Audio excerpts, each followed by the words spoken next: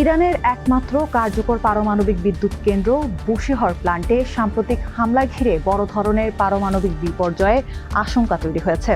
চলমান যুক্তরাষ্ট্র, ইসরায়েল ও ইরানের যুদ্ধের মধ্যে এই স্থাপনায় একাধিকবার হামলার ঘটনা ঘটেছে, যা উদ্বেগ বাড়িয়েছে পুরো উপসাগরীয় অঞ্চলে। মধ্যপ্রাচ্যের প্রথম পারমাণবিক বিদ্যুৎ কেন্দ্র বুশেহর প্ল্যান্ট ইরানের দক্ষিণ উপকূলে অবস্থিত।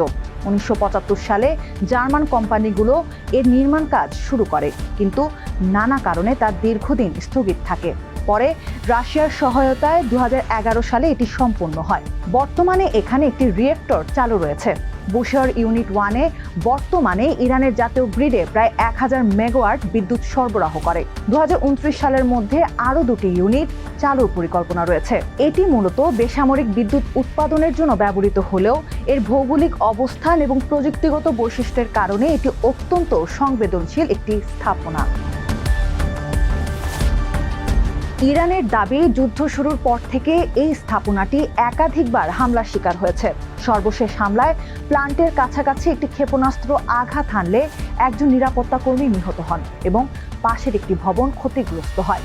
ইরানের পররাষ্ট্রমন্ত্রী আব্বাস আরাকচির দাবি, 28 ফেব্রুয়ারি যুদ্ধ শুরুর পর থেকে এখন পর্যন্ত 4 বার বুশেহর স্থাপনাটিতে লক্ষ্য করে হামলা চালানো হয়েছে। এছাড়া পারমাণবিক বিশেষজ্ঞরা দীর্ঘদিন ধরেই বুশেহরে বোমা হামলার ভয়াবহ প্রভাব নিয়ে সতর্কবার্তা দিয়ে আসছেন, যা কেবল ইরানের জন্য নয়, বরং আশেপাশের প্রতিবেশী দেশগুলোর জন্য বিপদ ডেকে আনতে পারে।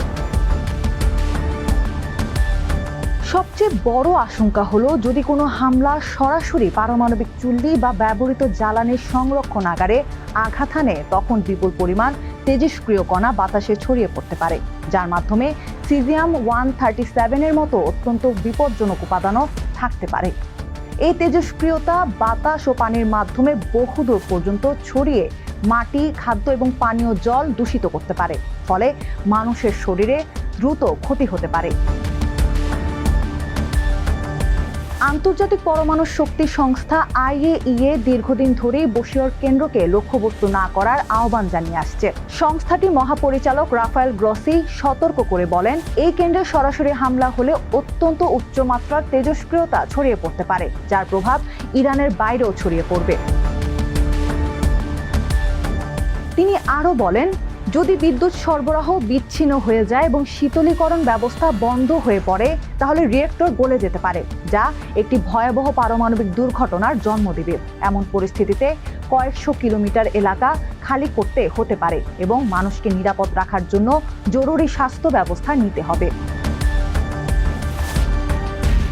বুশেহর পারমাণবিক কেন্দ্রকে ঘিরে সবচেয়ে বড় উদ্বেগ হলো সমুদ্রের পানি দূষণের সম্ভাবনা। পারস্য উপসাগর বেশি গভীর নয়, তাই তেজস্ক্রিয় পদার্থ ছড়িয়ে পড়লে তা দীর্ঘ সময় ধরে থেকে যেতে পারে এবং মারাত্মক প্রভাব ফেলতে পারে সামুদ্রিক প্রাণী ও পরিবেশের উপর।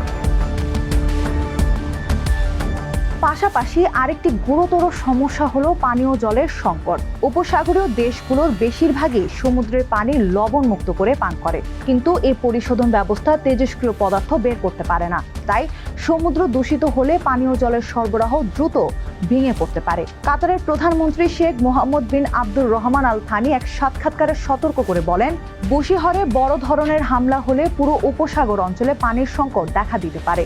এমন পরিস্থিতিতে কয়েকদিনের মধ্যেই পানির অভাব দেখা দেবে এবং স্বাভাবিক জীবনযাত্রা থেমে যেতে পারে সম্পূর্ণভাবে। আন্তর্জাতিক আইন অনুযায়ী পারমাণবিক স্থাপনায় হামলা চালানো গুরুতর অপরাধ হিসেবে বিবেচিত হয়। জেনেভা কনভেনশনের প্রোটোকল 1-এর 56 নং অনুচ্ছেদ অনুযায়ী বিপজ্জনক শক্তি ধারণকারী স্থাপনাগুলোকে লক্ষ্যবস্তু করা নিষিদ্ধ, কারণ এমন হামলায় ব্যাপক প্রাণহানি ও পরিবেশগত বিপর্যয় ডেকে আনতে পারে। একই সঙ্গে আন্তর্জাতিক আইনে বেসামরিক স্থাপনা এবং সামরিক লক্ষ্যবস্তুর মধ্যে পার্থক্য বজায় রাখাও বাধ্যতামূলক। বুশেহর যেহেতু বিদ্যুৎ উৎপাদনের জন্য ব্যবহৃত হয়, তাই এটিকে লক্ষ্যবস্তু করা আন্তর্জাতিক নিয়মের পরিপন্থী।